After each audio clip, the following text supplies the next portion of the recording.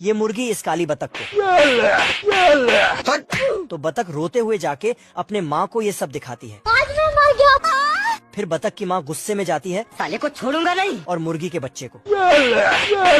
फिर बतख और मुर्गी के बीच झगड़ा शुरू हो जाती है। अरे बाप हो बाप।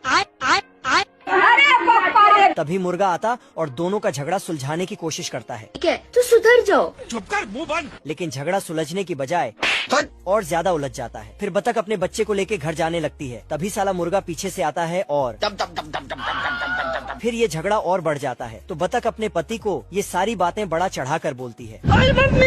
फिर साला बतख भी तैयार हो जाता है, लेकिन ये डरपोक बतख पीछे हटने लगता। लेकिन इसका बीवी इसे धकेल के मुर्गे से लड़ने भेज देता है। मुर्गे के घर के पास आके बोलता है, मैं तुम्हारे बाप का नौकर नहीं।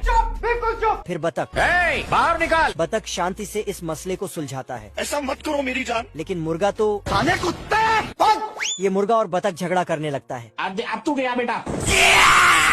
उठा के पटकूंगा। तभी मुर्गा बतख को रोकता है और उसके चश्मे को हटाता है। तो बतख को गुस्सा आता है। फिर बतकाइन तालियां बजाती है। Thank you. तभी साला मुर्गा आता है और फिर बतख और इसी के साथ मुर्गा और बतख समाज के बीच भारी झगड़ा हो जाता है। बतकाइन अंडे फेंक फेंक के मुर्गियों को मारती है। हेलो बाबा। तो मुर्गी अपने बच्चे को घर के अंदर छिपा देती है। फिर सभी बतख समाज अंडे फेंकने लगता है। तो सभी मुर्गी समाज भी अंडे फेंकना चालू कर देती है। काली बतख डर जाती है तो उसे अंदर बर्तन में ढक देती है।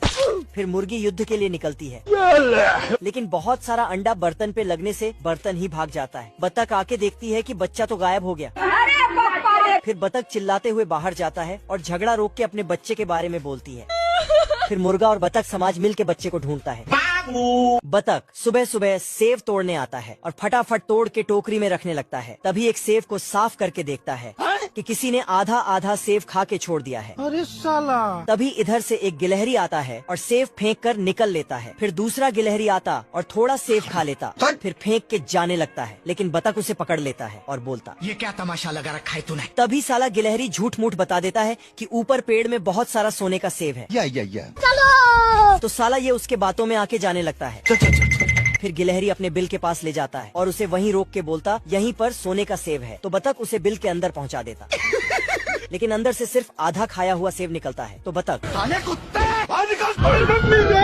गिलहरी टोकरी को बतख के ऊपर फेंक देता है साले को छोड़ूंगा नहीं। और फिर गिलहरी सेव अपने बिल में ले जाने लगता है। तो बतख जाकर सेव का रास्ता मोड़ देता है, क्या रे भिख मंगिया। कौन है वो? लेकिन आगे दूसरा गिलहरी सेव को अपने बिल में पहुंचा देता है।